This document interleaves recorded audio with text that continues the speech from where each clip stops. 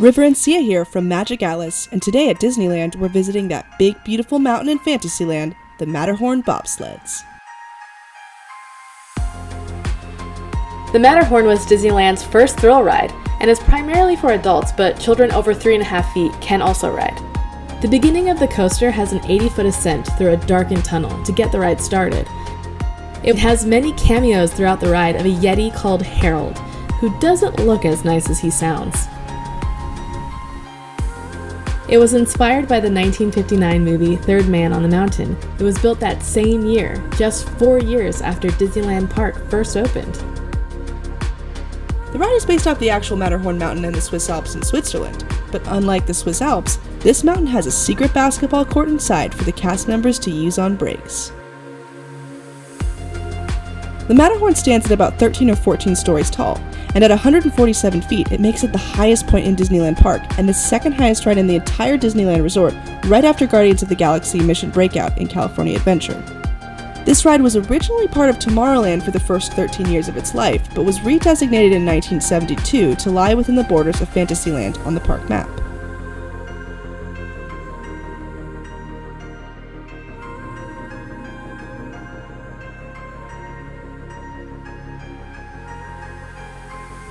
There are 2 different tracks through the Matterhorn, one slower and one faster. So if you have kids going on the ride or are concerned about back problems or anything, make sure to hop on the track on the right side of the entrance called the Fantasyland Track, as it borders Fantasyland.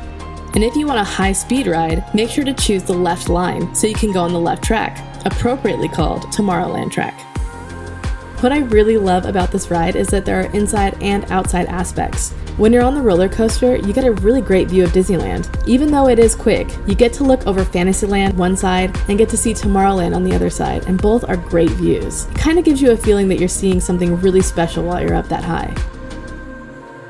As much as this ride is a classic, we will say that the line isn't as interesting as other rides. There isn't a lot of shade in the Matterhorn line, meaning you will stand in the sun during hot summer days, and there isn't that much in the way of decoration to help pass the time. So the wait to ride the Matterhorn can be a bit boring, but the ride itself is fantastic. If you like coasters, it's an exciting ride and good for all adult guests.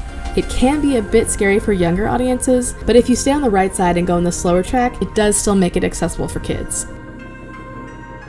Despite how incredible the mountain and the inside of the mountain are themselves, I do think there's a lot more that they could do to provide authentic Swiss theming to the surrounding area of the ride.